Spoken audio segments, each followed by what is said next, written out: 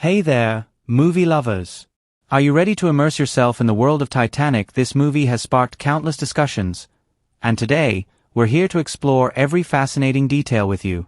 If you enjoy the content, be sure to give us a thumbs up. It really helps us grow. And don't forget to subscribe so you never miss an exciting movie exploration. Let's dive in and uncover all the magic together. The movie Titanic came out on December 19, 1997, and it changed movies forever. It is legendary and massive in emotion and wow factor. It pulls you in with a love story set on the world's most famous ship, and then it becomes a heart-pounding disaster adventure. The visuals blow your mind. The ship, the ocean, the costumes, everything is huge and alive. You feel like you are on that ship in 1912. You see glittering ballrooms, dining halls, rich cabins, and bustling lower decks, all painted with golden light and history. You see actors you cannot forget. Leonardo DiCaprio is Jack, the down-to-earth guy with a free spirit. He draws pictures, he dances on deck, and he makes you laugh and cry. Kate Winslet is Rose, the proud lady trapped by her class but bursting to break free. She is fierce, she is gentle, she is everything. Then boom, the iceberg hits, and the movie flips from dreamy romance to full-on chaos. The water floods the hallways, people run, the band plays music as the deck tilts and time slows. The tension builds every second. You want to know, will Jack and Rose survive, or will fate tear them apart? Every scene feels epic and every performance hits deep. It is a film full of emotion, wonder, tragedy, and triumph. It made history at the box office. It won 11 Oscars, and millions of people around the world connected with it. When the song My Heart Will Go On played on radios, it felt like a promise, an anthem of heartache and hope. What makes Titanic stand out is how it blends massive disaster with an intimate love story. You are watching history, the grandest ship in the world, but you care about two people more than the ship itself. It's the class conflict, the human pride, the small acts of kindness, the big moments of courage that make it feel real. You see steerage passengers dancing and singing even as danger grows. You see rich people caught off guard. You feel every trembling note of the score, every freezing gasp of breath as the ship cracks the heart of the ocean. Necklace becomes a symbol of dreams, love, and loss. You see Rose, older in the present day, sharing her story, and you feel like you are listening to a friend who survived something unimaginable. The film teaches you about love, risk, survival, and destiny, all while keeping your heart racing and your cheeks wet with tears. It shows that history is not just dates and facts, it is living, breathing humans falling in love, fighting fear, and holding on until the end. It is why Titanic is still powerful now, why people still watch and talk about it, and why it never loses that magic. From the release on December 19th, 1997 to the very last frame where Rose releases the jewel into the sea, you are swept into a story that feels enormous, heartwarming, tragic, and hopeful all at once. It is the perfect mix of spectacle, soul, romance, and heartbreak. It invites you to feel, not think, to believe in love that defies class, destiny, and the darkest waters. It pulls you in and keeps you there until your heart still goes on. The movie Titanic sweeps you into a vivid world aboard the grand ship as it prepares for its maiden voyage in April 1912, and from the very first moments there is a hum of excitement that you can practically feel beneath your fingertips as passengers board, stewards bustle through corridors, and Rose DeWitt Bukater stands on the deck in her elegant dress, her gaze a mix of restraint and longing. Aboard this floating palace, the early days feel like sunlight filtering through glass and gold, but there is already tension beneath the facade. Rose lives in first class, bound by family expectation and engagement to Cal Hockley, a wealthy man whose confidence borders on cruelty and whose control over Rose is quiet but unyielding. Rose's life seems perfect from the outside, but she is restless, her spirit caged like a bird that aches to fly free. Meanwhile, Jack Dawson boards in steerage, having won his ticket in a poker game. He is brimming with life and optimism, and he radiates the promise of adventure and change. He sketches, he laughs, he dances in the steerage quarters, bringing color to everyday routine. From the moment he boards, their worlds are drawn toward each other by unseen gravity, even though they don't know it yet. Jack's first glimpses of Rose come when she sneaks down to the lower decks hoping to end her life. That moment when Jack steps in and pulls her back onto the boat is breathtaking, not just for what he does, but for what it signifies.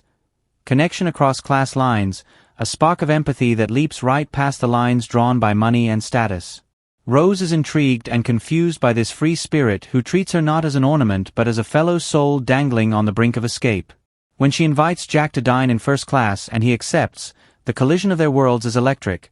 They are surrounded by crystal chandeliers, linen, silver, and champagne when Jack stands elbow to elbow with privilege that he never imagined he could reach.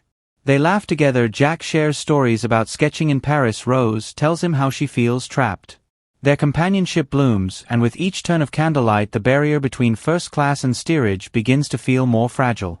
As they meet again in the grand staircase and later dance together in the steerage quarters, the feeling of rising tension moves through the air. When steering passengers drum Irish tunes and Jack twirls Rose into the music, her laughter echoes through smoky dance halls and she feels alive in a way she never did aboard the Grand Decks. That scene bursts with energy and freedom and hints at the deeper transformation taking shape. At the same time, Cal watches from a distance. The jealousy flickers beneath his polished smile, and Rose's mother looks on with disapproval at both the unsuitable man and the chaotic world he represents. Their early conflicts, the strict rules of class, Rose's shame and fear and Jack's outsider spontaneity, are set in motion, and they pull the story forward like two magnets on a collision course. Meanwhile, there are other characters on board shaping the mood. Emulsion Molly Brown befriends Rose with warm insistence and humor, showing a kindness that defies class boundaries and lending strength to Rose when she needs it most. Captain Smith seems steady, but we get glimpses of his fatigue and worry at sea. The wireless operators lapse into suggestions they ignore. The ship's officers brush off iceberg warnings, their confidence tinged with arrogance, hinting at human hubris about to be tested.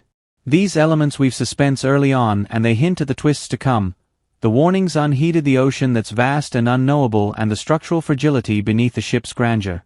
Moments brimming with emotion bloom when Jack sketches Rose wearing the heart of the ocean necklace, not for scandal but for freedom, a portrait not of nudity but of truth, and in return Rose freezes in disbelief before she allows the process, a trust exchange that shifts their relationship into something deeper.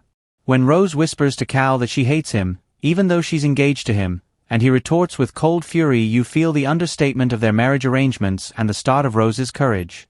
As Jack gifts Rose the sketch, she sees herself through new eyes and begins to question the life expected of her.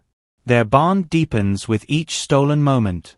Each laughter, each glance, each moment near the bow of the ship where Rose breathes in cold salt air and feels alive. While their story unfolds, the ship speeds steadily toward destiny in icy Atlantic waters. Dawn brings sun on polished decks, and evening brings music in grand dining rooms and keeps the tempo of life aboard Titanic. The film teases us with reminders that beneath calm there is danger. When Rose runs to Jack after a shy poker game and they climb to the stern to watch the wake of the ship while Jack joyfully stretches his arms as though he could fly off the back of the ship, there is that shot so iconic you almost hold your breath, and no romance is in full swing but dread hovers just at the edges. That moment of delight is breathtaking, but it signals the calm before the storm. And then the ice warnings come again, and each ignored message builds tension that pulses through the story. Cal's jealousy grows when Rose laughs with Jack. Her mother warns her to behave. Jack dances with steerage passengers and Rose's heart skips. The ship turns east across the North Atlantic like a bold dream, but 1 inch closer to death. Every detail, the sparkle of crystal, the rustle of silk, the hum of engines, is built to lull you into a false sense of safety, even as the hints of destruction gather like storm clouds on the horizon. Every early conflict, every character moment, and every suspenseful detail prepares us to hold on for the upheaval yet to arrive. It's in the connection Jack and Rose forge, in the arrogance of the Titanic's crew, in the small kindnesses and jealousies and warnings brushed aside, and in that thrill of life lived fully even as the iceberg looms unwatched. By the midpoint of the film we are living among these characters on a ship hurtling toward tragedy, but we are not yet afraid, we are entranced, we are rooted in romance, class struggle, adventure, and looming disaster. That is the genius of the first half, the calm inside a beautiful storm, painting every frame with promise and dread and pulling us deeper into a story where we already care deeply about who lives and who dies. The later stretch of the Titanic story carries everything we felt so far into a crescendo of intensity and emotion, pulling you without pause into moments that feel both horrifying and heartbreakingly beautiful. As the iceberg's unseen menace finally collides with destiny, you see the ship shudder, the lights flicker, the silence in the ballroom, and then chaos unleashed. People stumble in corridors flooded with water, everything shifts from golden luxury to desperate survival in seconds. That moment the hull cracks open and the Titanic tilts, you can taste fear on the air and feel the sting of cold water sweeping toward your feet even though you're safely on solid ground. Suddenly the grandeur and hope you shared with Jack and Rose become urgent questions. Will they survive this moment of collapse? Life vests and lifeboats appear, but there are not enough for everyone. Women and children are herded onto rafts meant for them first, and Rose clings to Jack through rising panic. Cal's fury and selfish panic exacerbate the panic, and yet we see kindness too. Molly Brown urging calm, third-class passengers helping each other, stewards helping guests down stepladders to small lifeboats while exhaustion settles across officers who realize too late the ship is not unsinkable. Through trembling hearts we watch Rose rebuff Cal's harsh control and run to Jack as steel shuts between them. Amid confusion Jack leads Rose through twisting, tilting corridors, slipping on cold wet panels, clambering ladders under flickering emergency lights. Their love becomes urgent lifeline. They slip through passageways closing with water, they cling in narrow stairwells sliding toward voids. You feel each heartbeat thump fear into your chest. The musical score rises with pounding drums and you know time is slipping away for them and everyone. Up on deck, people fight for space on lifeboats or freeze in shock. A grandfather holds small infants close while orchestral music continues, played by the band as though playing for grace in tragedy. That bravery in the face of disaster tears at the screen. Jack and Rose reach the boat deck, only to find it crowded. Officers panic, people plead, and finally amid shouting Jack helps Rose into a boat. Their eyes lock. Jack almost joins her but at the last second he stays behind and forces her into safety. Her terrified, Jack, echoes. His last glance contains that deep love that outshines the storm. The sudden lift of the lifeboat away tells you it's take or leave. Love or loss. Cal tries to stay but slips under as decks lurch. Rose is pulled away by frantic family. She watches Jack slip from view as the sea claims the ship's deck and the unspeakable longing you feel for their reunion builds in you. You cling to every heartbeat of Rose's survival but fear for Jack's fate. Now the ship tears in half. The stern rises in the dark sky as the bow plunges beneath waves with a thunderous scream of steel. You see people cling to railings, watch the canyon of ocean swallow them, hear the creaking of metal bending like bones. Sparks fly as electricity dies and light shifts into eerie night. Water rumbles through coal bins, through open windows, through luxury. The Titanic becomes a cruel trap. Those visuals sink into your mind with tragic clarity. Rose moves from lifeboat into churning ocean on a floating board. Jack lies partially submerged, shivering despite his warm words. They cling together among debris. She shouts to others in the water, some hear, some drift dead. Freezing waves pull at limbs. Hours pass like lifetimes as Rose lies against Jack, his hands slip out of reach. He pushes her onto the wood and holds onto the iceberg's edge just long enough for fate to take from them. As Jack's whispers slip into silence she promises him, "I will survive," and we feel the gravity in that vow. When rescue ships arrive they lift her aboard but Jack is gone. So the film moves from collapse into aftermath softly at first. Rose is wrapped in blankets on the rescue vessel the Carpathia as dawn breaks on the sea and survivors gather in silence. She wears Jack's priceless sketch and clutches the heart of the ocean necklace given in love. Tears mix with exhaustion as nurses bring food. Life goes forward even as loss lingers heavy. She stares at the endless horizon where the Titanic sank and you sense she is changed forever. In the present day treasure hunters dive looking for the heart of the ocean. When they find Rose alive they listen to her story and see it through her eyes. Her memories guide them through the details of the sinking. Rooms, people, moments of kindness and desperation. Each flashback ties together all that has come before. Her escape, the loss, the love that changed her. We see the artifact ring discovered in wreckage, the costumes, the sketches, the model of the ship and hear Rose's emotion as she recounts her love for Jack with still alive warmth. Then she returns the necklace to the sea, sinking it in waves just as Titanic did. That act feels like closure, her way to let go but also to honor the memory. The film ends with a vision of the ship submerged in blue quiet and Rose joining Jack on the grand staircase one last time, smiling as if finally home and free. We understand love can outlast time and tragedy can transform rather than destroy. Every narrative thread connects. Jack's leap from steerage into first class, Rose's defiance of society, warnings ignored, class divisions, courage, personal change, the sea's indifferent argument. Cal's betrayal, Molly's compassion, the band's bravery, the mother's grief, all these lives intersect and speak in one final chorus. The disaster becomes not only shipbreak but soul break and memory becoming legend. Beyond just a tragic ending, the film leaves us thinking about choices. Jack choosing to draw, Rose choosing to survive, people choosing kindness in chaos. We feel the weight of what Rose learned and how she carried it through decades. The story feels seamless because it began with hearts choosing love, moved through pride and constraint, soared into romance and collapsed into wreckage yet still resolves in promise and memory. This second half delivers on the suspense started earlier. It shows the price of hubris, the fragility of illusion, the beauty and brutality of love meeting disaster. It reveals how small shared moments lead to destiny and how survival rings out louder than defeat. When the ship slips under waves and Jack slips away, you feel not only tragedy but the vitality of love that preceded it. And when Rose lives and honors that love, you feel the echo that makes Titanic not just a movie but a memory you bring with you. Rose steps onto the Titanic looking perfect and polished like someone carved out of porcelain, but behind her calm expression she is bursting with silent screams and secret dreams. She is engaged to a rich man who gives her diamonds and dinner parties but never truly sees her. Her mother watches her every move, always reminding her of duty and class and what is proper. Rose feels trapped like a bird in a cage dressed in silk but aching to fly far, far away from the life others have planned for her. Then out of nowhere, a young artist named Jack Dawson changes everything. He is wild, free, poor, and completely alive.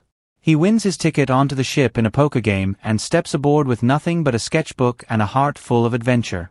He sees the world through wonder and curiosity and joy. He does not care about money or manners or names. And when he sees Rose standing on the edge of the ship, ready to jump into the cold dark sea, he steps in and saves her life with nothing more than honesty and warmth. Their bond begins right there in that heart-pounding moment on the railing, and it grows faster than fire in dry grass. Jack brings color into Rose's gray world. He teaches her to laugh again, to breathe again, to feel again. They dance together in the lower decks where the music is wild and the air smells of beer and life and dreams.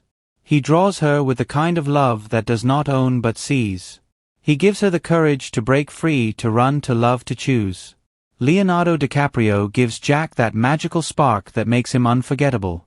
He is not just charming, he is alive in every second. He runs, smiles, leaps, and never stops believing in Rose or the life they could build together. Kate Winslet makes Rose burn with emotion. You can see every shift in her eyes as she moves from fear to freedom. She starts the movie as someone walking through life with numb footsteps and ends it running through fire and water to save love. Cal Hockley is the man Rose is supposed to marry. He is handsome, rich, and confident, but underneath all that shine is something cold and sharp. He wants Rose not because he loves her but because she belongs on his arm like a watch or a painting. When Jack enters the picture, Cal does not just get jealous, he becomes dangerous. He frames Jack for theft, shouts with rage, and even pulls a gun in the middle of the chaos. He pretends to care, but it is all control. Billy Zane plays him with a smile that hides fury, and every word he says drips with polished pride. You hate him, but you also see how much he fears losing the power he clings to. Then there is Rose's mother, Ruth, who believes she is doing what's right. She wants to keep her place in high society, and she is willing to trade her daughter's happiness to do it. She says things like, "We're women, our choices are never easy," but she does not see how she is squeezing the life out of her own child.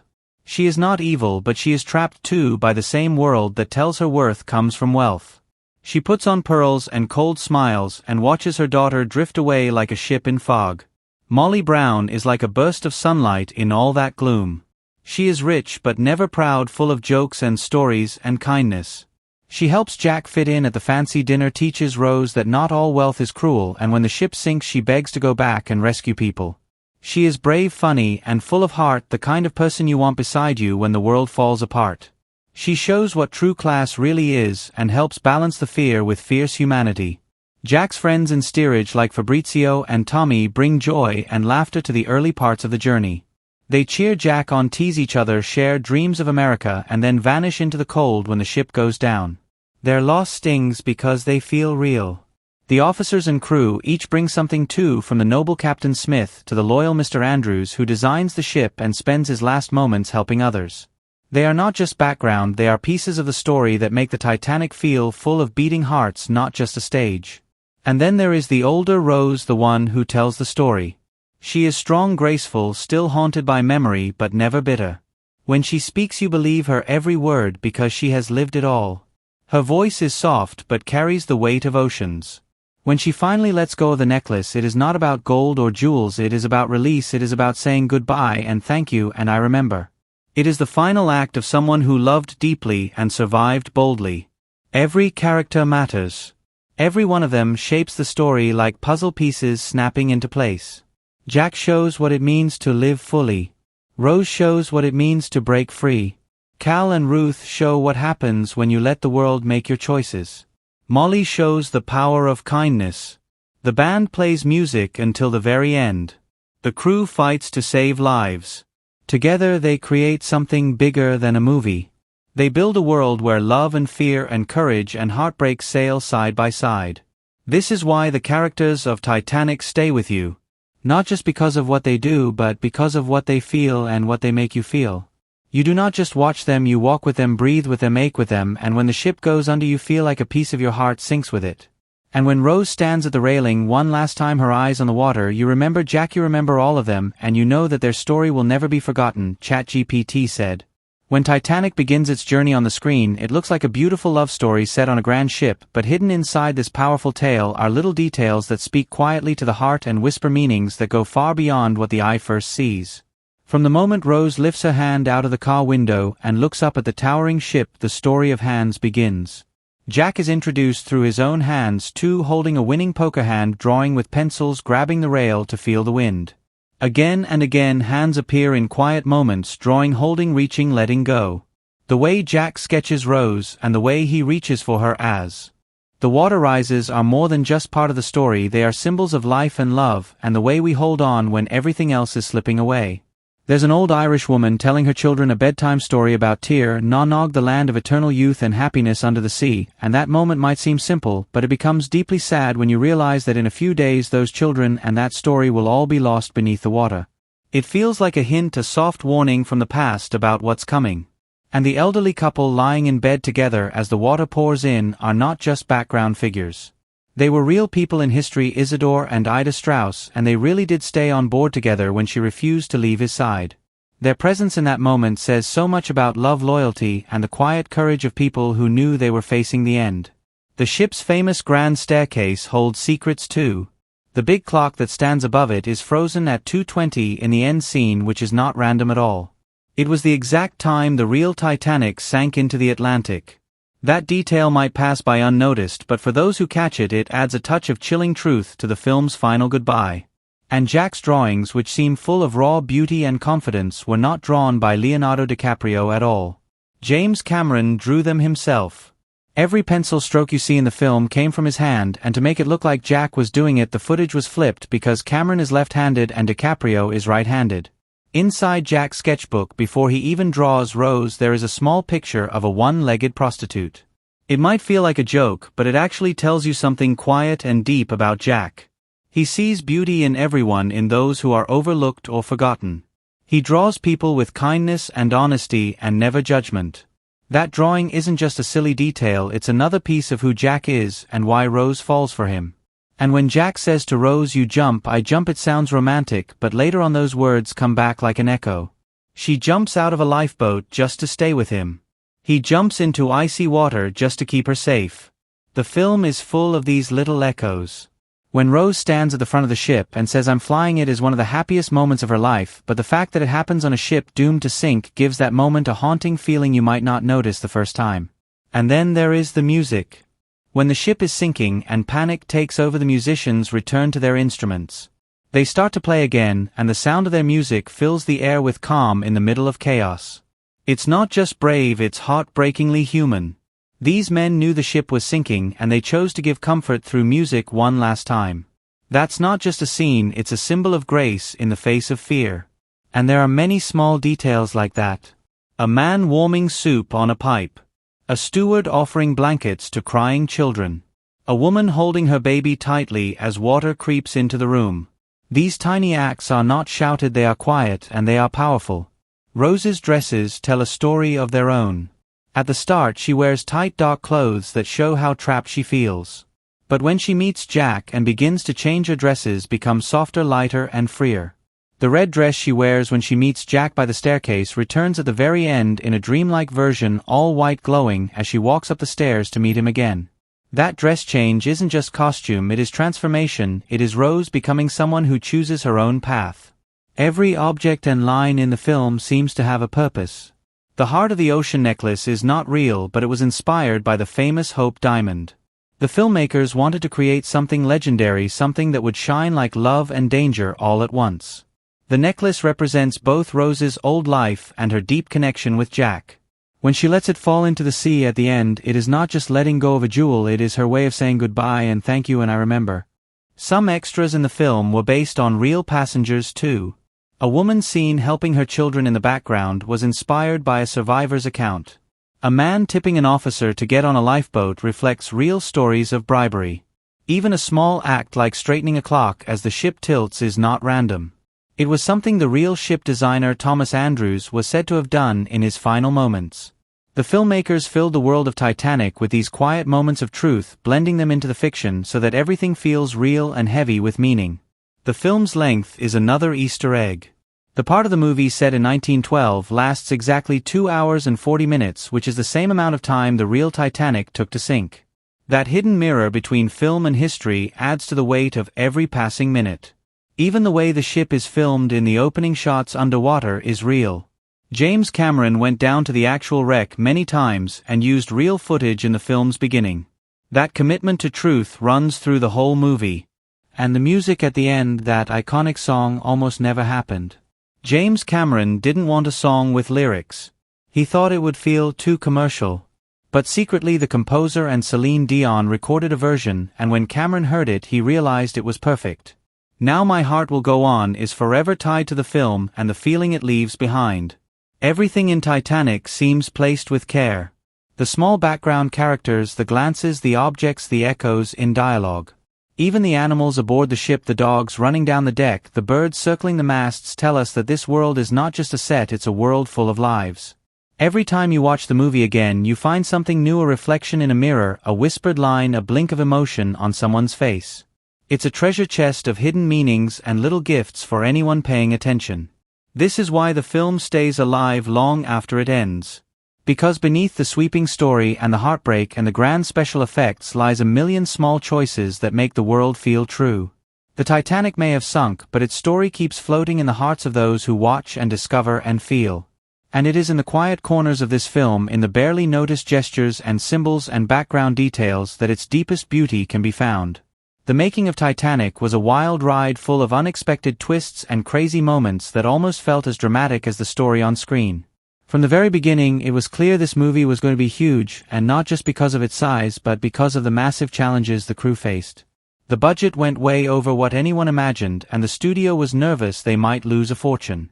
Still, one executive believed in James Cameron so much that he backed him all the way, even though he thought he might get fired for it. That gamble turned out to be one of the best decisions ever, because Titanic became a huge success beyond anyone's wildest dreams. Filming took place in a few different places, including a huge water tank in Mexico where they built a full-scale replica of the Titanic. They even made part of the ship's back end tilt to recreate the sinking, and this caused real waves to crash down on the actors, sometimes catching them off guard. James Cameron was known on set as a very intense and demanding director who pushed everyone hard. Some crew members nicknamed him Midge, which is Jim spelled backward, because he could be so strict and loud. He was always shouting orders through a megaphone and standing high above the set on cranes to get a better view. Some people said he was one of the scariest bosses they ever had, but he also cared deeply about getting every detail right. One of the most famous scenes, when Rose and Jack stand at the front of the ship with arms wide open and say, "I'm flying," was actually very hard to film. Kate Winslet, who played Rose, said it was a nightmare because her corset was so tight she could barely breathe, and every time they tried to film it, Leonardo DiCaprio kept laughing and the light kept changing with the sunsets. They had to do that scene many times, and Kate even had to fix Leonardo's makeup herself between takes because the crew couldn't get to them fast enough. There was also a very strange and dangerous moment during filming when the clam chowder served to the cast and crew was secretly laced with a hallucinogenic drug called PCP. Over 50 people ended up in the hospital experiencing bizarre hallucinations and wild behavior. Luckily, Leonardo and Kate were not eating at that moment, so they were not affected, but James Cameron got sick and went to the hospital himself. No one knows who was behind the prank, but it was a scary and surreal event that could have ruined the production. James Cameron's obsession with detail was legendary. He personally made more dives to the Titanic wreck than anyone else to study every part of the ship. The sets were built using original plans and included the grand staircase with its crystal chandeliers and wallpaper stamped with the ship company's logo. Even the menus and silverware were recreated so perfectly that it felt like stepping back in time. The costume budget alone was massive because they wanted the clothes to look exactly like what people wore in 1912. Every little thing had to be right so the world of Titanic would feel real and alive. Casting was full of surprises too. Kate Winslet actually tracked down Leonardo DiCaprio at a film festival to convince him to play Jack. The studio had considered many other actors including some big stars, but Kate insisted Leonardo was the one and James Cameron agreed. On set, Kate accidentally flashed Leonardo before filming a scene which helped break the ice, and the two quickly became good friends who played pranks on each other. Leonardo liked to joke around and sometimes even fed Kate's coat with his farts just to make her laugh. Behind the intense love story was real fun and friendship. There are many little trivia gems hidden in the movie. For example, the sketch Jack draws of Rose was actually drawn by James Cameron himself. Since Cameron is left-handed and Leonardo is right-handed, the footage was flipped to make it look like Jack was drawing naturally. Another interesting fact is that the part of the movie set in 1912 lasts exactly 2 hours and 40 minutes, which is the exact amount of time it took the real Titanic to sink. Small details like the elderly couple seen in bed during the sinking are based on real people who chose to stay together rather than leave the ship. This kind of respect for history runs throughout the film. Some scenes required amazing stunts and careful timing. When the grand staircase collapsed, water rushed down and destroyed the set so they could only film that moment once. After that it was gone for good. The ship set was built on one side but had to look like the other side on camera, so everything including signs and costumes had to be reversed or mirrored. Even the way actors moved and the placement of props had to be carefully planned so it would all look correct on screen. Kate Winslet was so dedicated she refused to wear a wet suit in the freezing water scenes because she didn't want the movie to become a wet t-shirt contest. This choice put her at risk of hypothermia, but she pushed through with determination. On the music side, James Cameron initially didn't want a big song with lyrics, but after hearing the secretly recorded version of My Heart Will Go On, he changed his mind. That song is now inseparable from the film and helps carry its emotional power. Legend has it James Cameron gave up his director's fee and some of his profits just so he could make the movie without studio interference. This decision helped him keep full control over the film and allowed him to follow his vision no matter what. It was a huge risk, but it shows how committed he was to making Titanic exactly how he imagined. Even little things like Leonardo's pet lizard Blizzard on set have their own stories. The lizard was once run over by a truck, but Leonardo took care of it and nursed it back to health. Extras on set included real Titanic experts and historians who helped make the film authentic. The famous line, "I'm the king of the world," was actually improvised by Leonardo after Cameron told him to just feel the moment and spread his arms wide on the crane. That spontaneous shout became one of the most iconic movie quotes ever.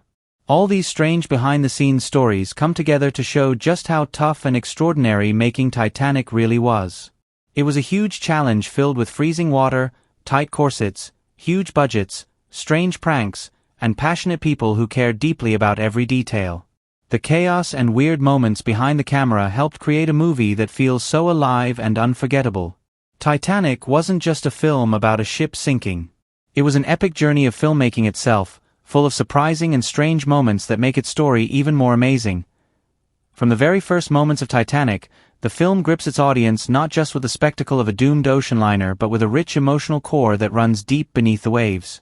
One of the most powerful aspects of the movie is how it balances the grandeur of the sinking ship with the intimate, human stories unfolding on board. Right away, viewers are drawn into Rose's world, a young woman suffocating under the weight of societal expectations and an unhappy engagement. Her first encounter with Jack isn't just a meeting of two people, it's a collision of freedom and confinement, hope and despair. This sets the emotional tone that threads through the entire film, inviting the audience to root for love and courage amid impending disaster. The early scenes that introduce Rose's oppressive environment in first class juxtaposed against Jack's carefree existence in steerage subtly highlight the rigid class divides of the era. The film's use of setting here is critical. The ornate elegance of the Titanic's upper decks feels almost like a gilded cage, while the lively, rough-and-tumble steerage deck bursts with an energy that promises escape and adventure. This contrast is not just visual but thematic, reflecting the barriers and limitations imposed by society. It's in these moments that the audience begins to understand the stakes. not just of survival against the iceberg but survival of the spirit itself. A pivotal scene that captures this beautifully is when Jack and Rose stand at the ship's bow with arms outstretched, declaring, "I'm flying." This moment is breathtaking visually, but it also symbolizes the brief, soaring freedom they find in each other. The vast open ocean around them contrasts with the confined spaces of the ship, and the line captures Rose's longing to break free from her stifling world. This scene is so iconic not simply because of its romance but because it visually and emotionally encapsulates the hope that exists even as doom approaches. For viewers, it becomes a moment of pure joy and possibility, making the tragedy that follows even more heartbreaking. As the story moves toward the collision with the iceberg, tension escalates not just through action but through the increasing awareness of human fragility. The film expertly builds suspense by focusing on small details: the captain's warnings ignored, the inadequate number of lifeboats, and the growing panic among passengers of different classes. Each character's reaction to the crisis adds layers to the story. Rose's defiance and refusal to accept her fate, Jack's determination to protect her, and even the selfishness or bravery of others combine to create a rich tapestry of human behavior under pressure. The emotional impact here is profound because the audience is not just witnessing a disaster but experiencing the individual stories that make the event so tragic and unforgettable. One of the most striking moments is the sinking of the ship's grand staircase. It's a powerful visual metaphor for the collapse of an entire social order and the loss of stability. The water rushing down the staircase is overwhelming, relentless, much like the forces pulling the ship, and the characters, into chaos.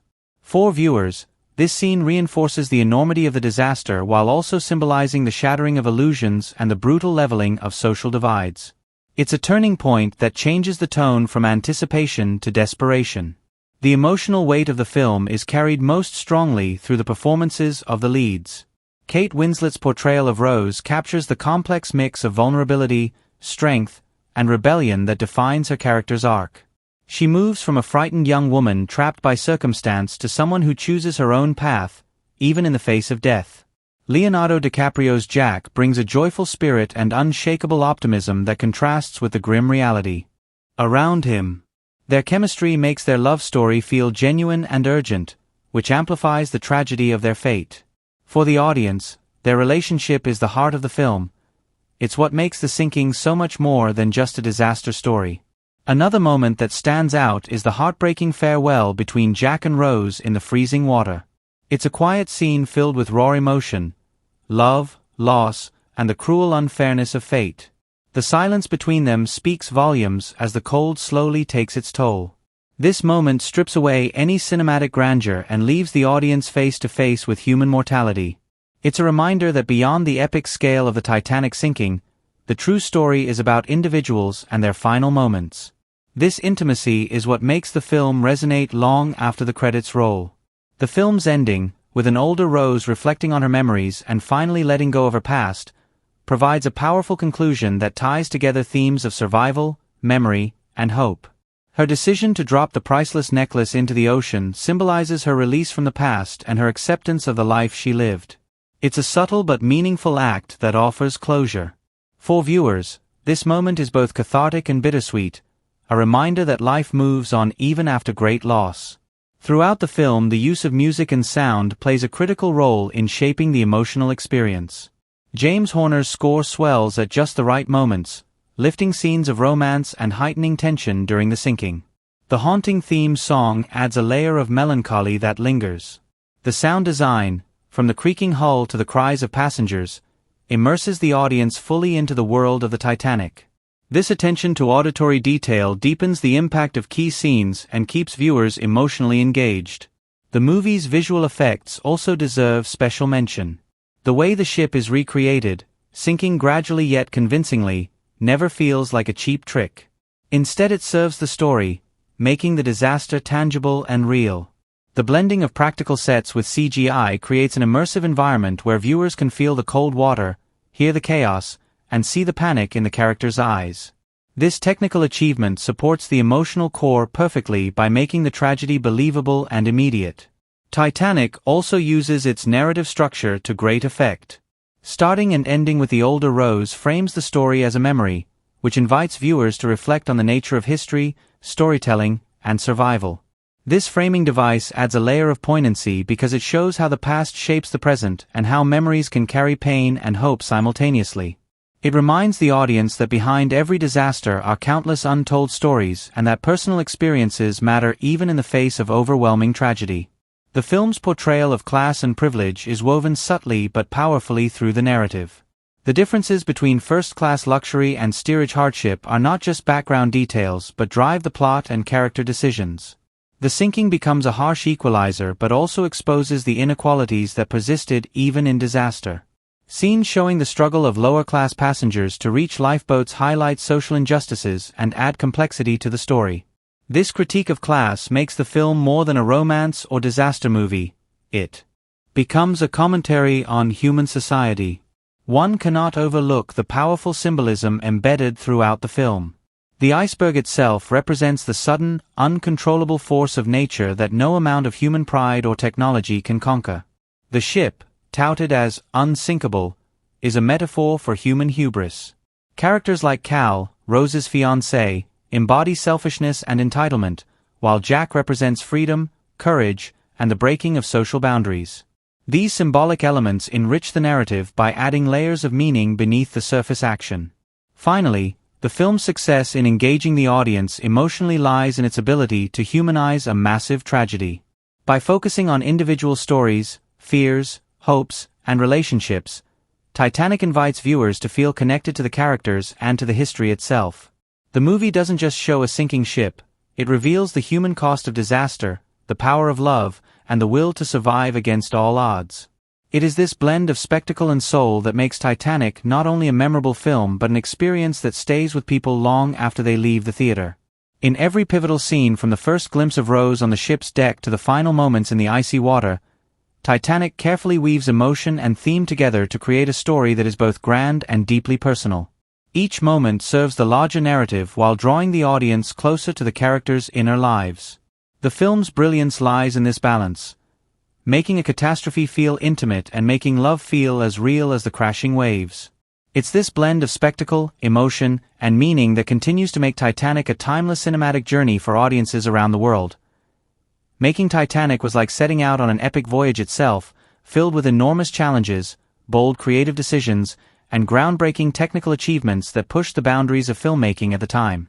From the moment James Cameron began planning the movie, he had a clear vision.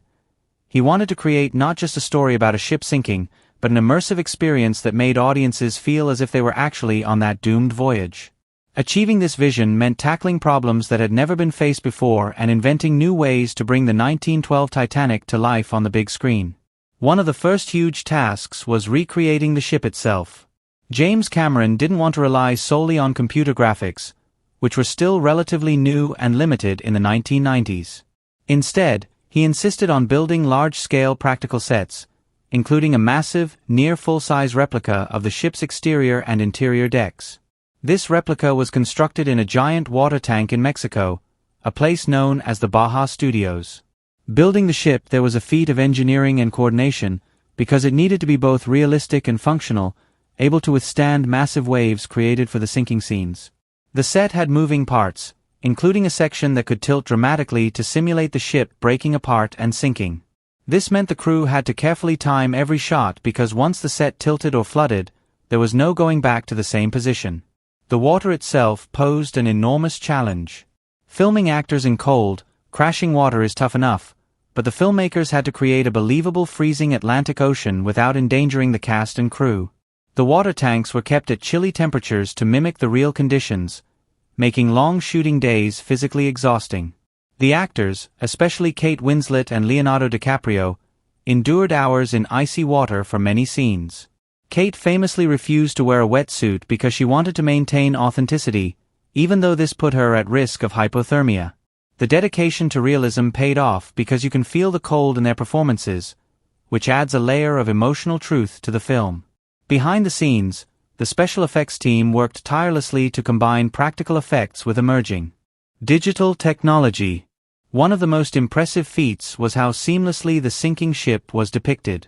James Cameron and his team used a mix of miniatures, large physical sets, and CGI to bring the Titanic's final moments to life. The ship's bow slowly dipping beneath the waves, the chaotic flooding of corridors, and the collapsing grand staircase all required careful choreography between stunt performers, camera crews, and visual effects artists. This blend of old-school craftsmanship and cutting-edge technology was revolutionary and set a new standard for disaster movies. Filming underwater scenes was another technical marvel.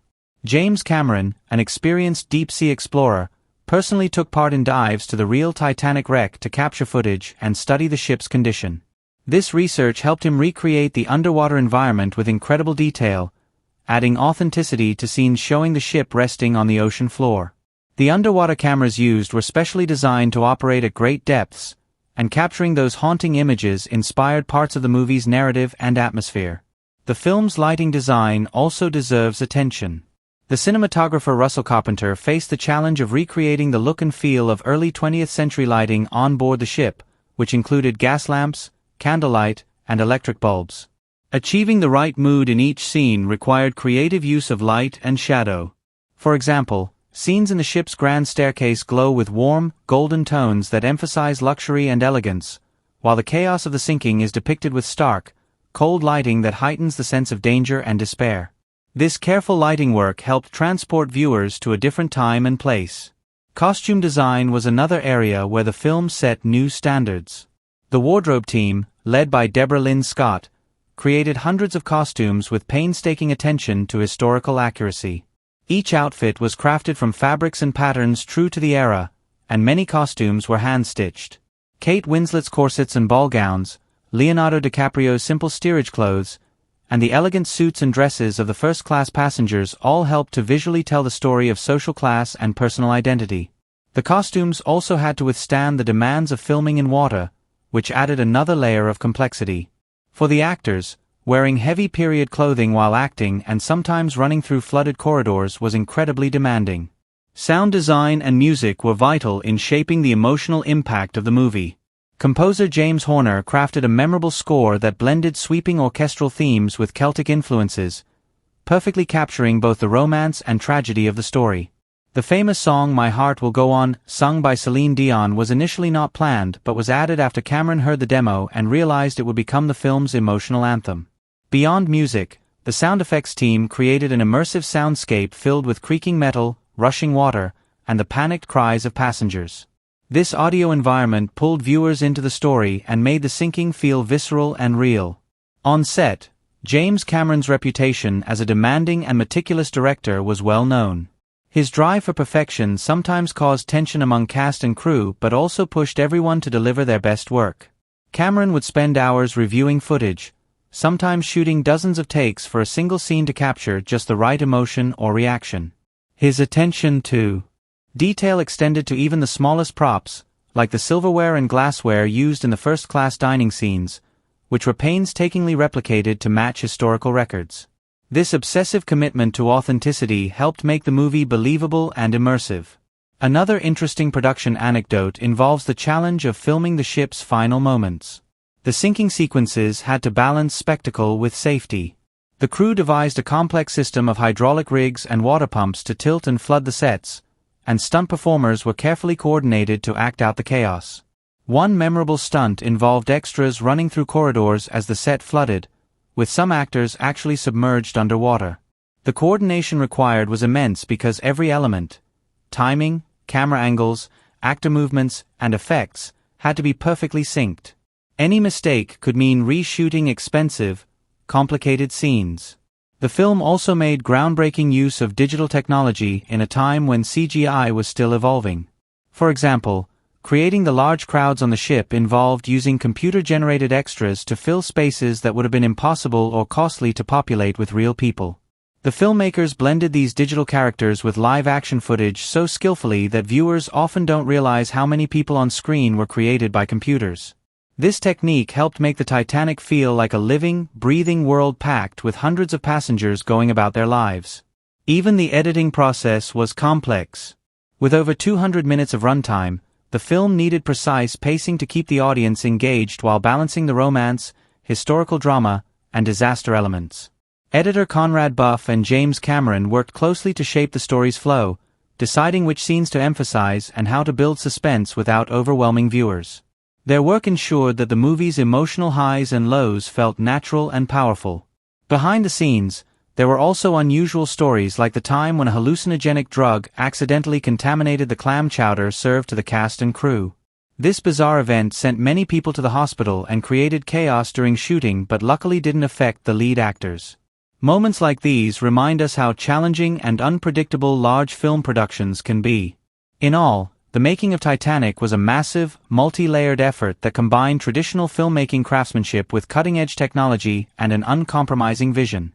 The creative and technical choices made during production shaped a movie that is visually stunning, emotionally rich, and historically respectful. These elements combine to create an immersive experience that transports viewers back in time and makes the tragedy of the Titanic unforgettable. The production itself became a story of perseverance, innovation, and passion that mirrors the epic journey depicted on screen. Titanic is much more than just a love story or a disaster film. It is packed with themes and symbols that reach far beyond the surface, touching on things that still matter deeply in our world today. From the very start, the movie invites viewers to think about the clash between fate and free will, the gap between social classes, and the power of memory and storytelling. These ideas are not just background details. They are woven into every character, every scene, and every choice the film makes, creating a rich tapestry that encourages us to reflect on human nature and society. At its core, the movie is about survival, not only physical survival but survival of the spirit and identity. Rose's journey is a perfect example. She begins trapped in a life that feels suffocating and predetermined. She is a woman expected to marry for money and status, to live by the rules of a rigid social system. But through her relationship with Jack, she discovers the courage to break free from those expectations. This struggle between societal constraints and personal freedom echoes a universal theme. It reminds us how people everywhere grapple with the balance between following rules and chasing their true desires.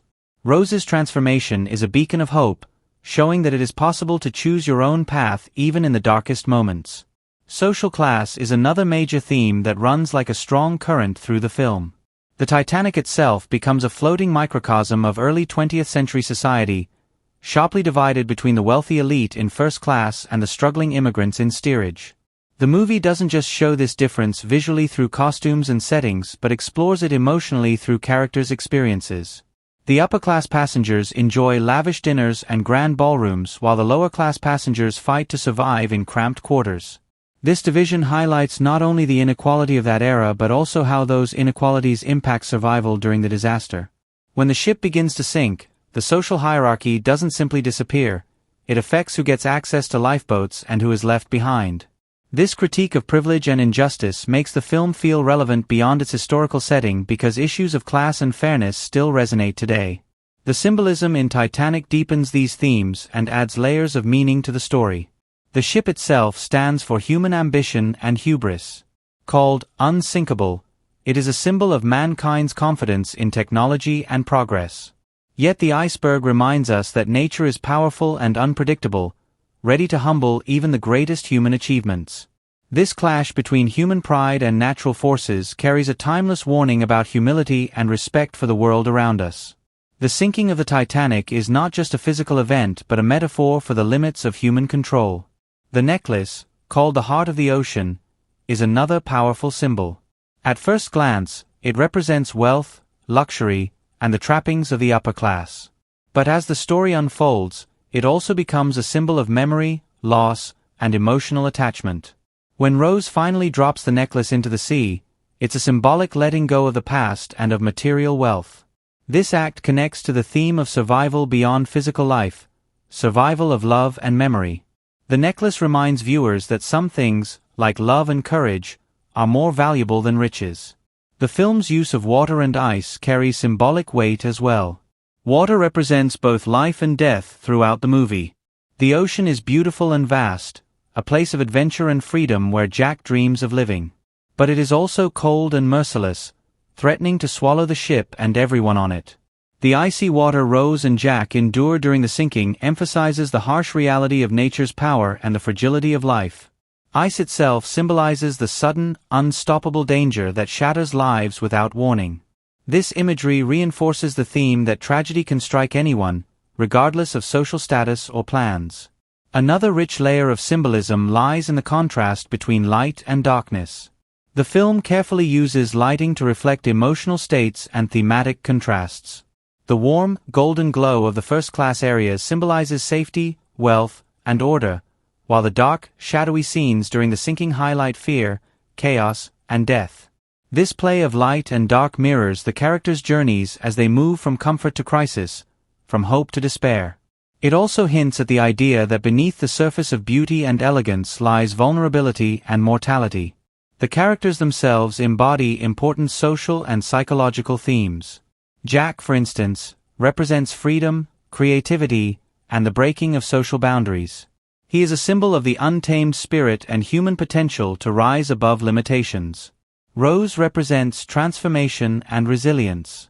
Together they challenge the norms of their time, showing that love can cross social barriers and that true strength comes from following one's heart.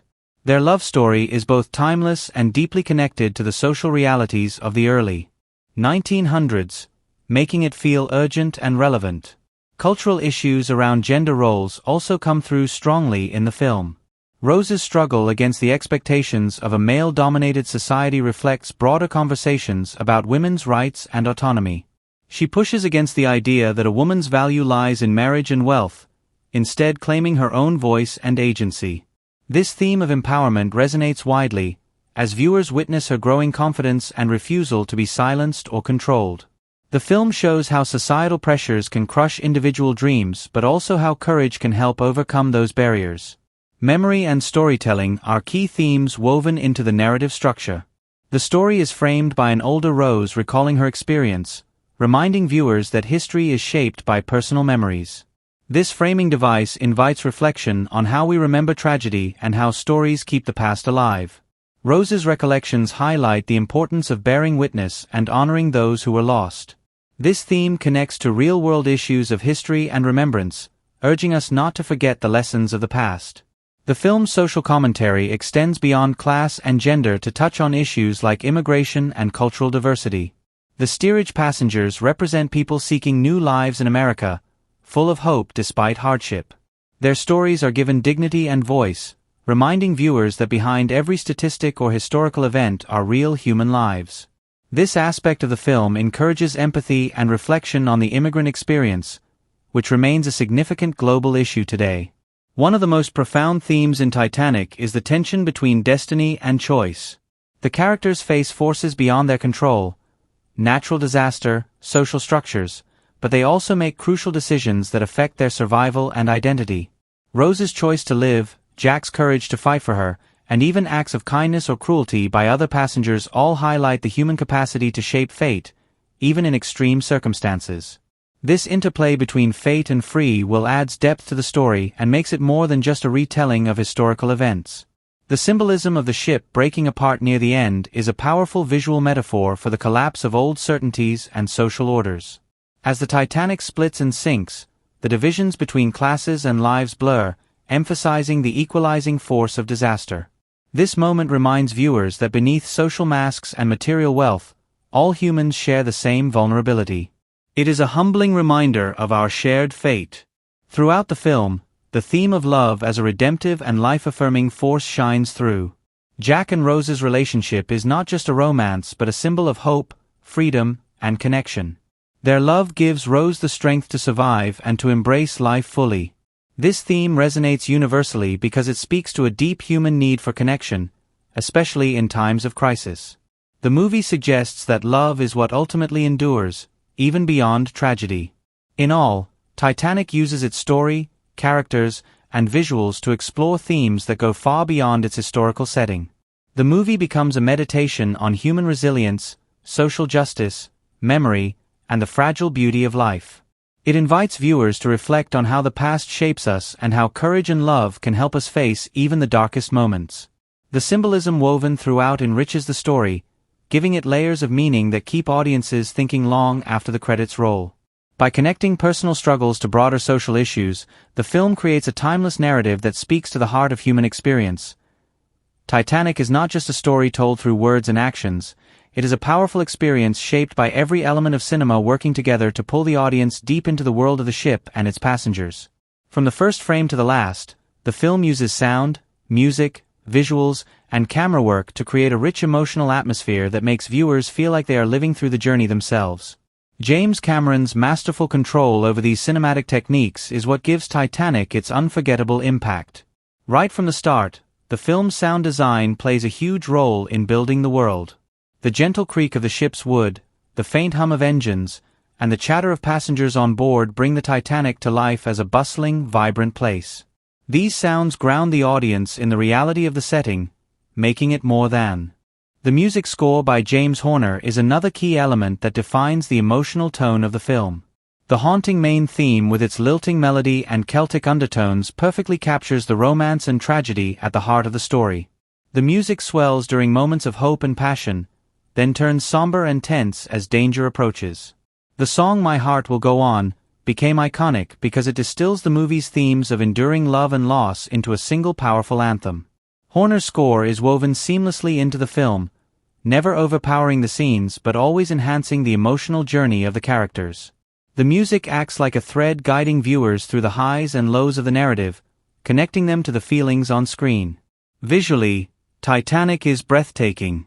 Cinematographer Russell Carpenter crafted a look that balances grandeur and intimacy. The ship's design is shown in sweeping wide shots that reveal its enormous scale and elegance. These wide shots establish the Titanic as a majestic and impressive marvel of human engineering, drawing viewers into its grandeur. But at the same time, Carpenter's camera often moves closer to the characters, capturing small expressions and moments of vulnerability. This mixture of epic scale and personal detail is a big reason why the film feels so immersive. You get the thrill of the vast ship but also the emotional depth of the people aboard. The camera work itself is carefully choreographed to serve the story. One memorable example is the sweeping shot that follows Rose as she walks through the ship, giving viewers a tour of the Titanic's different classes and spaces. This steady, flowing movement sets the tone and shows the class divisions visually without needing words. Later, as the disaster unfolds, the camera becomes more urgent and chaotic. Handheld shots and quick cuts mimic the panic and confusion, putting the audience right in the middle of the sinking. These shifts in camera style reflect the changing moods of the film, from calm and romance to terror and desperation. Lighting is used brilliantly to enhance mood and symbolism. Early scenes in first class are bathed in warm, soft light that suggests luxury and comfort. The golden glow of chandeliers and candlelight creates a dreamlike atmosphere that contrasts with the harsh reality outside. In steerage, the lighting is cooler and dimmer, emphasizing the rough conditions and struggles of the lower-class passengers. When the ship begins to sink, the lighting shifts to cold blues and harsh shadows, heightening the sense of danger and fear. This careful use of light and shadow helps tell the story visually, showing how the characters' world changes around them. Editing also plays a crucial role in shaping the film's narrative rhythm. The pacing is deliberate in the first half, allowing the romance and character development to breathe. Scenes unfold with patience, giving audiences time to connect with the characters and the environment. But as disaster strikes, the editing becomes faster and more intense. Quick cuts and intercutting between different groups of passengers build suspense and chaos. This contrast in pacing mirrors the story's progression from calm to catastrophe, keeping viewers emotionally engaged. The skillful editing makes the transitions between these moods feel natural and impactful. James Cameron's unique directorial style is evident in his blending of realism with cinematic spectacle. He insists on authenticity in every detail, whether it's the historically accurate costumes or the painstakingly recreated ship interiors. This commitment to realism grounds the film, making the moments of drama more believable and affecting. Yet Cameron also embraces Hollywood's love of grand spectacle, delivering massive crowd scenes, thrilling stunts, and sweeping visuals that captivate the eye. This balance is a hallmark of his style and is key to the film's success. The use of CGI in Titanic is subtle but effective, especially for the time when the film was made. Digital effects help expand the ship size and show large crowds, but Cameron avoids overusing them. Instead, CGI is integrated carefully with real sets and physical effects to maintain a sense of reality. This restraint means the visual effects support the story without distracting from it. For example, The scenes of the ship breaking apart and sinking are jaw-dropping but feel grounded because they are combined with live-action performances and practical sets. One stylistic choice that stands out is the framing of certain scenes to reflect the characters' emotional states. For instance, the use of tight close-ups during intimate moments brings viewers into Rose and Jack's private world, emphasizing their connection amidst the chaos. Conversely, wide shots during the sinking convey the overwhelming scale of the disaster and the smallness of individuals in the face of nature's power. This careful framing helps communicate emotion non-verbally, adding layers to the storytelling. Color grading is another subtle but powerful visual tool used throughout the movie. The color palette shifts from warm tones in the ship's early scenes to cooler, desaturated hues as the disaster unfolds. This transition mirrors the narrative arc and reinforces the mood changes, making the story feel more immersive. The shift also supports the symbolic contrast between life and death, hope and despair. Sound mixing deserves special mention for how it balances dialogue, music, and effects so viewers never feel overwhelmed. During intense scenes, the roar of water and shouts of passengers can feel overwhelming but are carefully balanced so that key dialogue and emotional moments remain clear. This attention to sound clarity helps keep the story understandable even in chaotic moments. The integration of practical effects with digital effects, combined with precise camera movements and lighting, creates moments of unforgettable cinematic beauty. For example, the scene where Jack and Rose stand at the ship's prow with arms outstretched is iconic not only because of the acting but also due to the golden light, sweeping camera movement, and swelling music that together create a feeling of freedom and possibility. This moment perfectly showcases how the film uses every cinematic tool to heighten emotion. The editing also creates meaningful parallels and contrasts that deepen the story. For example, the cut between the joyful dance in steerage and the tense negotiations in first class highlights the gap between classes and the different realities passengers face. Later, cross-cutting between survivors struggling in the water and the ship's officers trying to maintain order intensifies the sense of chaos and tragedy. These editing choices help weave together multiple storylines into a cohesive and emotionally powerful whole. The use of long takes in certain scenes builds tension and realism. During the flooding of the ship's lower decks, for instance, the camera follows characters without cutting away, making the danger feel immediate and unrelenting. This technique draws the audience closer to the experience of the passengers and enhances suspense. Even the smallest camera details, like focus shifts and lens choices, are used to great effect. When Rose is trapped by her fiancé and mother, the camera sometimes uses shallow focus to isolate her emotionally, emphasizing her feeling of being trapped. In contrast, scenes with Jack often use wider focus and open framing to reflect his free-spirited nature. All of these cinematic techniques come together to create an experience that is both visually stunning and emotionally gripping. Titanic uses sound, music, camera work, lighting, and editing not just as technical tools but as essential storytelling devices that deepen the audience's connection to the characters and the tragedy. James Cameron's careful blending of realism and spectacle ensures that every moment on screen serves the narrative, making the story unforgettable. In the end, the film's visual language and cinematic style are key reasons why Titanic remains such a beloved and powerful movie. It invites viewers not just to watch but to feel and live the experience. The music and sound pull at the heartstrings, the camera and lighting reveal hidden emotions, and the editing shapes the journey with perfect rhythm. Together these elements create a cinematic masterpiece that goes beyond a simple retelling of history. It becomes a deeply immersive and moving experience that stays with viewers long after the ship has sunk. The magic of Titanic is not only in its epic story or stunning visuals but also in the remarkable chemistry among its cast. From the very first scenes, the connection between Leonardo DiCaprio and Kate Winslet shines through in a way that makes their love story feel authentic and alive. Their energy together brings a vibrancy that lifts the film beyond just a historical drama into a heartfelt romance that audiences around the world could believe in and root for. It's this natural spark that makes every moment between Jack and Rose feel genuine, from their playful banter to their deepest, most vulnerable confessions. Watching them, you feel as if you are witnessing a real connection unfolding, and that makes the tragic ending hit even harder. Leonardo and Kate, both relatively young actors at the time, formed a close bond off-screen as well, which only added to their on-screen chemistry. In interviews years later, they have spoken fondly of the long hours spent filming in freezing water and cramped sets, describing how supporting each other through those tough conditions helped forge a genuine friendship. Kate once shared how Leonardo's energy kept the mood light even during the most intense scenes. Meanwhile, Leonardo admired Kate's professionalism and grace under pressure, especially as she tackled emotionally challenging moments.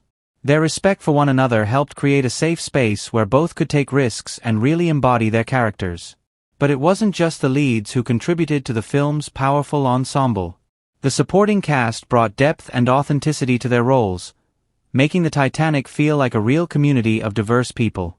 Actors like Kathy Bates, who played the strong-willed Molly Brown, and Billy Zane, as the charming but cruel Cal, added layers of tension and color. The way these actors interacted with Leonardo and Kate helped build the social contrasts central to the story. Kathy Bates, for example, brought warmth and humor to her role, balancing the tension with moments of levity that made the ship's social world feel lived in. On the other hand, Billy Zane's icy arrogance as Cal was so convincing that it made viewers genuinely dislike him, heightening the stakes for Rose's rebellion and romance. Behind the scenes, the production was famously intense and demanding, pushing the cast and crew to their limits but also forging a unique camaraderie. Filming on massive sets, often surrounded by water tanks and special effects rigs, was physically challenging. The cold water scenes, in particular, tested everyone's endurance. Kate Winslet has recalled how difficult it was to stay focused while enduring the freezing temperatures, but how the support of cast and crew made it bearable. Leonardo DiCaprio has described how the cast would encourage each other during long shoots, sometimes sharing jokes or comforting words between takes. This sense of teamwork helped maintain morale and deepen the connections among the actors. Director James Cameron's exacting vision also shaped the dynamic on set. Known for his attention to detail and demanding standards, Cameron pushed the cast hard to deliver their best performances. Yet many cast members have spoken about how his passion and commitment inspired them. He created an environment where actors felt challenged but supported, allowing them to explore their characters fully. His use of multiple takes sometimes frustrated the actors, but it resulted in scenes that felt natural and emotionally true. This dedication paid off, producing performances that resonate deeply with audiences. One memorable behind-the-scenes story involves the iconic scene where Jack sketches Rose. The intimacy and vulnerability of that moment required great trust between Leonardo and Kate. Reports say they rehearsed extensively to find the right tone, balancing sensuality with innocence, and their efforts show on screen. This scene became one of the film's most famous, symbolizing the connection and freedom Rose experiences with Jack. The quiet moments like this, born from off-screen respect and collaboration, give the movie its emotional heart. The reaction from audiences around the world was overwhelming and immediate. When Titanic premiered in 1997, it quickly captured the imagination of millions. Moviegoers were drawn not only to the spectacle of the sinking ship but to the compelling human stories at its center. The love story between Jack and Rose became a cultural phenomenon, inspiring countless fans to relive the romance again and again. The film's blend of history, tragedy, and personal drama struck a chord with viewers of all ages and backgrounds. The chemistry of the cast made this connection feel personal, not just historical. Audience reactions at the time ranged from tears to cheers. Many were moved by the tragic ending, sharing how the film made them think about the fragility of life and the power of love. The emotional highs and lows were felt in theaters worldwide, creating a shared experience that few movies achieve. The soundtrack, especially My Heart Will Go On, became a symbol of the movie's emotional impact, and fans still associate that song with the feelings the film inspired. Fan letters and stories poured in from viewers who said the film changed their perspective on history and romance. Over the years, Titanic's audience has only grown, with new generations discovering the film through streaming platforms, DVDs, and TV broadcasts. It has maintained its place as a beloved classic because the performances and chemistry remain fresh and convincing. People still connect to the characters, feeling the thrill of first love and the heartbreak of loss. The universal themes paired with unforgettable acting keep viewers coming back, proving the timeless appeal of the cast's work. Film critics also praise the cast for their performances, highlighting how Leonardo and Kate brought depth and authenticity to their roles. Many noted that their chemistry elevated the movie above a typical disaster film, making it a compelling human drama. The supporting actors were recognized for adding texture and realism, helping create a fully realized world aboard the Titanic. The cast's ability to portray a wide range of emotions, from joy and hope to fear and despair, was crucial to the film's success. Awards season further confirmed the cast's impact. Leonardo DiCaprio's breakout role propelled him into stardom, and Kate Winslet's performance earned widespread acclaim. Both actors were nominated for multiple awards, reflecting how their portrayals touched audiences and critics alike. The supporting cast members also received recognition, underlining the ensemble's strength. Winning 11 Academy Awards, including Best Picture and Best Director, Titanic became one of the most celebrated films of its time, cementing the cast's legacy. Beyond awards and praise, the cast's dynamic influenced how the story was told. Their interactions shaped the screenplay and sometimes inspired small changes in scenes to better capture the emotions. James Cameron valued their input, encouraging collaboration that enriched the narrative. The chemistry seen on screen was not just acting, it grew from real relationships and shared experiences during the filming process. Fans have kept the spirit of the movie alive with dedicated communities, fan art, and discussions celebrating the cast's performances. Conventions and screenings still attract audiences eager to relive the experience and hear stories about the making of the film. The cast's enduring popularity is a testament to the strong bonds formed during production and their shared achievement in creating something memorable. The success of Titanic also shaped the careers of its stars, influencing the film industry by proving that powerful chemistry and behind-the-scenes teamwork can elevate a blockbuster into a beloved classic. Leonardo and Kate went on to become two of the most respected actors of their generation, often reflecting on how this film shaped their paths and personal growth. They have spoken openly about the pressure and joy of being part of such a monumental project, always remembering the special energy they shared with their co-stars. In the end, the cast's chemistry, the stories from behind the scenes, and the heartfelt reactions from audiences all blend together to form an essential part of Titanic's story.